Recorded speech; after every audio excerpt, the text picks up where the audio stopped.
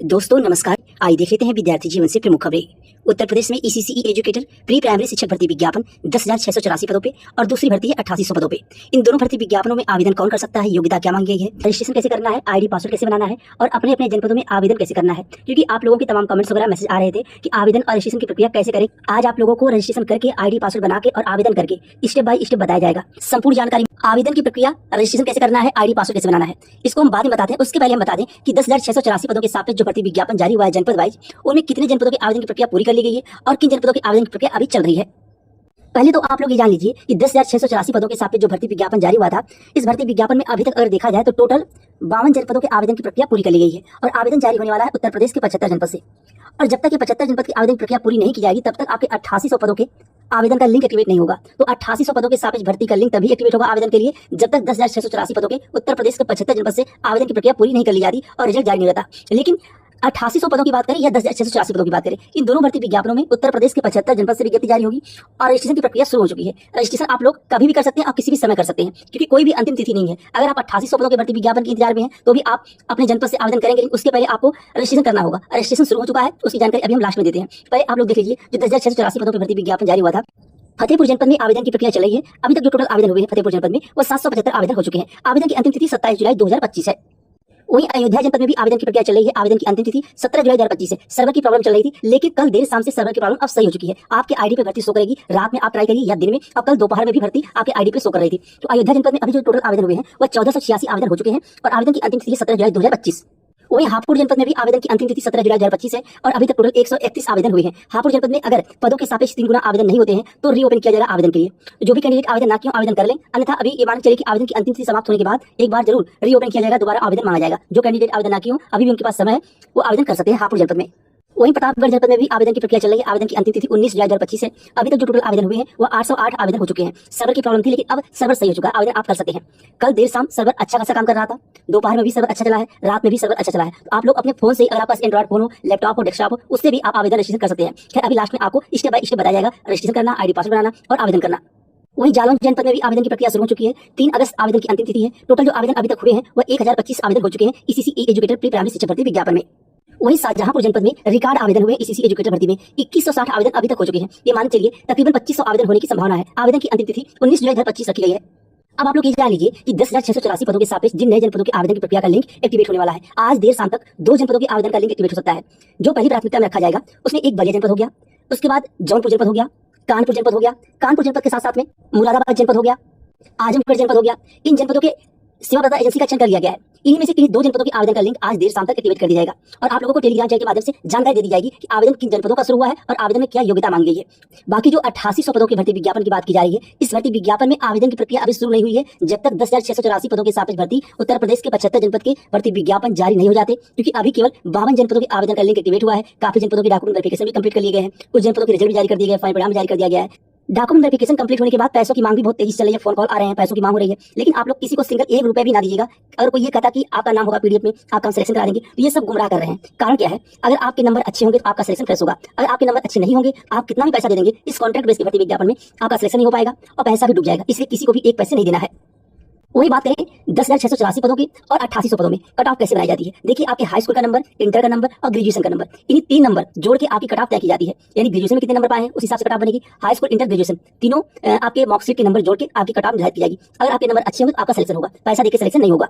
योग्यता आपको बताया गया है, चाहे 10,684 पदों की बात करें या 8800 पदों की बात करें, इन दोनों विज्ञापनों में योग्यता, उम्र सीमा और कट ऑफ तीनों सेम है। दोनों भर्ती विज्ञापनों में योग्यता में गृह विज्ञान यानी होम साइंस सब्जेक्ट अगर आपके पास है और जनरल कैंडिडेट है तो 50% नंबर होने चाहिए और अदर कैंडिडेट है तो 45% नंबर आपके ग्रेजुएशन में होने चाहिए। हाई स्कूल, इंटर में आप कितने नंबर है, कितने परसेंट है, इससे कोई भी मतलब नहीं है। ग्रेजुएशन में आपके जनरल में है तो 50% नंबर, अदर कैटेगरी में है तो 45% नंबर होने चाहिए, तभी आप आवेदन कर पाएंगे। या आपके पास एनटीटी 2 साल का डिप्लोमा है तभी आप आवेदन कर पाएंगे। बीटीसी, बीएड से कोई भी दूर दूर तक यहाँ पे बीटीसी आपके पास है या आपका स्टेट सीटेट है या आपके पास बीएड है, उसकी कोई भी मांग यहाँ पे नहीं। केवल ग्रेजुएशन में गृह विज्ञान या एनटीटी, ये 2 होना चाहिए। अब हम बात कर लेते हैं रजिस्ट्रेशन कैसे करना है, आईडी पासवर्ड कैसे बनाना है। तो वीडियो को पूरा वॉच करिएगा तभी आपको पूरी जानकारी मिल पाएगी। आवेदन करने के लिए पहले आप लोगों को आईडी बनाना होगा और पासवर्ड बनाना होगा। बिना आईडी पासवर्ड के आप ईसीसी एजुकेटर भर्ती विज्ञापन में आवेदन नहीं कर सकते। आईडी पासवर्ड कैसे बनाना है इसकी जानकारी आपको स्टेप बाय स्टेप दी जाएगी। चैनल पे नए हो, चैनल सब्सक्राइब कर लें ताकि ईसीसी एजुकेटर भर्ती विज्ञापन की डेली की अपडेट में आप लोगों को ले चलते हैं ऑफिशियल साइट पे सेवा योजना पोर्टल के, जहां से आप लोग बताएंगे कि रजिस्ट्रेशन करके आईडी पासवर्ड कैसे जनरेट करना है और आवेदन कैसे करना है। सबसे आप लोगों को अपने फोन से रजिस्ट्रेशन करना है, आईडी पासवर्ड बनाना है और आवेदन करना है। वीडियो को पूरा वॉच करिएगा और चैनल पे नए हो तो चैनल सब्सक्राइब भी कर लीजिए ताकि आगामी भर्ती विज्ञापनों से सभी जानकारी मिल सके। ये आ गया आप जॉब सीकर पे। जैसे जॉब सीकर का पहला पेज खुल के आ रहा है, ओपन होता है, आपको यहाँ पे क्लिक करना होगा। यहाँ पे आप लोग देखिए जॉब सीकर साइन अप। ये देखिए जो मोबाइल रिकॉर्ड जा रही है, ये है फोन से ही, मोबाइल फोन से रिकॉर्ड जा रहा है, तो मोबाइल फोन से भी आप लोग रजिस्ट्रेशन कर सकते हैं। यहाँ पे आपको क्लिक करना होगा जॉब सीकर, पूरा स्टेप टू स्टेप देखते चलिएगा तभी आप लोग अपना आईडी पासवर्ड बना सकेंगे। अब यहाँ पे क्लिक करेंगे आप लोग जॉब सीकर साइन अप पे। क्लिक करने के बाद एक नया पेज खुल के आएगा।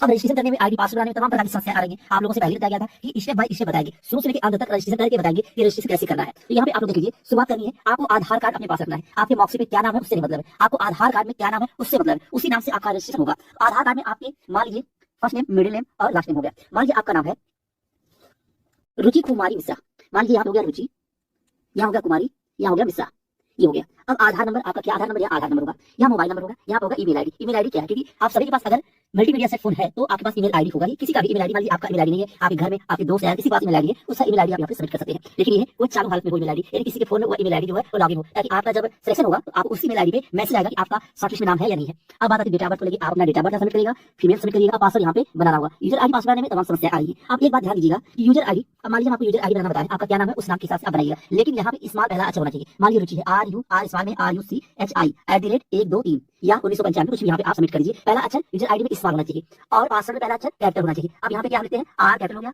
RUCHI @1990 1995 कुछ भी आप सबमिट कर दीजिएगा, इससे ज्यादा बड़ा पासवर्ड ना हो। ये हो गया आपका आईडी, ये हो गया आपका पासवर्ड। ये दोनों आप लोग स्क्रीनशॉट कर लीजिए या फिर कहीं नोट कर लीजिए आप यूजर आईडी पासवर्ड क्या बनाए हैं। अब यही पासवर्ड आपको यहाँ पे सबमिट करना होगा। कंफर्म पासवर्ड हो गया, यहाँ पे क्लिक करना होगा, यहाँ पे क्लिक करना होगा। क्लिक करने के बाद अब आपको जो यहाँ पे कैप्चर कोड है, इसी कैप्चर कोड को यहाँ पे सबमिट करना होगा।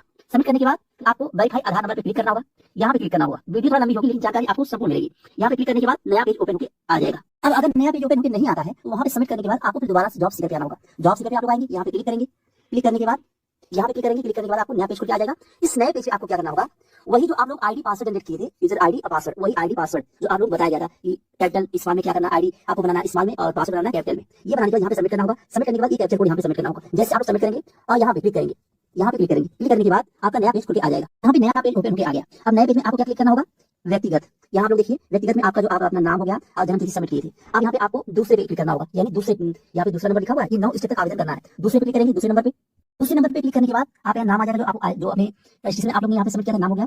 और अंतिम में आ जाएगा जो आप अंतिम के होंगे। यहाँ पे महिला आ गया, डेट ऑफ बर्थ हो गया। यहाँ पे डेट ऑफ बर्थ होने के बाद यहाँ पे आपको पिता का नाम, माता का नाम, माता का नाम हिंदी में। उसके बाद आपको धर्म क्या है, यहाँ पे देखिए धर्म क्या है, वर्ग क्या है, प्रमाण पत्र संख्या क्या है, और क्या आप पहले खिलाड़ी रह चुके हैं या आप किसी कार्यालय में जॉब किए हैं। यहाँ पे आपको स्टेप बाय स्टेप सबमिट करना होगा। यहाँ पे जनपद क्या है, कार्यालय जनपद, इस जनपद में आप जॉब करना चाहते हैं, यानी कहाँ से आप आवेदन करना चाहते हैं, अपना जनपद डालिएगा या किसी जनपद के हो, ठीक है। उसके बाद पहचान विवरण हो गया, यानी फैमिली आईडी हो गया, आईडी सबमिट करना होगा। आईडी सबमिट करने के बाद यहाँ पे आपको आना होगा, क्या आप विदेश में काम करने की इच्छुक है, चयन करें या नहीं। आप विदेश में जाते नहीं जॉब करना, आप उत्तर प्रदेश में जाते हैं तो यहाँ पे आप लोग नो कर दीजिएगा। उसके बाद यहाँ पे आप लोगों को अपना यहाँ पे देखिए फोटो अपलोड करना होगा। फोटो अपलोड करने के बाद इसके बाद आ जाएगा तीसरे नंबर पेज पे, आपको आना होगा नेक्स्ट पेज पे। यहाँ पे आपको लंबाई, वजन हो गया, ब्लड ग्रुप हो गया, दृष्टि हो गई, या आप विकलांग में है नहीं, अगर है तो हाँ। इसके बाद आप यहाँ पे सुरक्षित करना होगा। उसके बाद नया पेज खुल के आ जाएगा। पेज में यहाँ पे आप लोगों को देखने को मिलेगा राज्य कौन सा है, उत्तर प्रदेश, जनपद कौन सा, तहसील, विकास खंड, राजस्व ग्राम हो गया, पिन कोड संख्या क्या है और आपका एड्रेस क्या है। उसके बाद यहाँ पे आपको सुरक्षित करना होगा। अब आगे नेक्स्ट पेज चलते हैं। ओपन क्या जाएगा, क्या आपका अनुभव है, अगर आप पहले जॉब किए हो तो हाँ, नहीं तो ना। उसके बाद नया पेज खुल के आ जाएगा। फिर आपको नेक्स्ट पेज पे जाना होगा। नेक्स्ट पेज पे जाने के बाद उसके बाद नया पेज आ जाएगा ओपन होकर, क्या आप शिक्षित हैं, हाँ, यहाँ पे हाँ करके सुरक्षित कर लीजिएगा। उसके बाद नया पेज खुल के आएगा। नया पेज खुल के आ गया, ये क्षेत्र क्या है आपका, और आपका क्षेत्र आ जाएगा, यानी एरिया क्या, कहाँ आप जनपद में कौन सा तहसील है, वहाँ पे आप क्लिक करना होगा। नौकरी की इच्छा चयन कर यहाँ पे आप क्लिक करना होगा, या आप पार्ट टाइम नौकरी में रुचि रखते हैं, हाँ या नहीं, आप लोग यहाँ पे नहीं कर दीजिएगा। वेतनमान कहाँ से कहाँ तक आप चाहते हैं, ठीक है, या आप जिले के बाहर नौकरी के लिए इच्छुक हैं, अगर आप हैं तो हाँ लिखिएगा। वैसे अगर इसी के लिए है, इसी भर्ती विज्ञापन में आवेदन कर रहे हैं तो आप लोग ना लिख दीजिएगा। तो यहाँ पे खुल के आ जाएगा कि आपकी भाषा क्या है, बोलना लिखना पढ़ना क्या है, आपको आता है, वहाँ पे क्लिक करना होगा। क्या आपको अंतर्राष्ट्रीय भाषाओं का ज्ञान, यदि हाँ तो क्लिक करें, आप यहाँ पे टिक करिएगा और उसको सूचित कर लीजिएगा। सूचित करने के बाद तो रजिस्ट्रेशन की प्रक्रिया पूरी हो चुकी है। अब आप लोग अपने आईडी और पासवर्ड को जनरेट कर चुके हैं। इसी आईडी पासवर्ड से आप आवेदन कराएंगे, सेवा योजना पोर्टल पर कोई भी विज्ञापन जारी होगा, चाहे स्पेशल एजुकेटर हो गया, चाहे इसी एजुकेटर हो गया, कोई भी विज्ञापन जारी होगा। लेकिन आपके पास आईडी पासवर्ड होना चाहिए, जो आप आईडी पासवर्ड यूजर आईडी और जो पासवर्ड आप लोग बनाए होना चाहिए, और ईमेल आईडी होना चाहिए, ये होना चाहिए। उसके बाद आपको चेक कैसे करना है कि आपका ईमेल आईडी पासवर्ड जो आप लोग रजिस्ट्रेशन किए हैं, रजिस्ट्रेशन क्या आपका फाइनली कंप्लीट हुआ या नहीं हुआ है, उसको एक बार चेक लीजिए। करने के लिए आपको आना होगा जॉब सीकर पे। जॉब सीकर पे क्लिक करिएगा। क्लिक करने के बाद यहाँ पे आप जो यूजर आईडी और पासवर्ड जो आप लोग बनाए थे, यूजर आईडी पासवर्ड, उसी यूजर आईडी पासवर्ड को यहाँ पे सबमिट करिएगा। और ये तो आप लोगों को पूरी जानकारी मिल गई होगी कि रजिस्ट्रेशन कैसे करना है, आईडी पासवर्ड कैसे बनाना है, स्टेप बाय स्टेप बताया गया है। अगर अभी भी कुछ कमियां रह गई हो आप कमेंट बॉक्स में कमेंट कर सकते हैं। चैनल पे नए हो चैनल सब्सक्राइब कर लें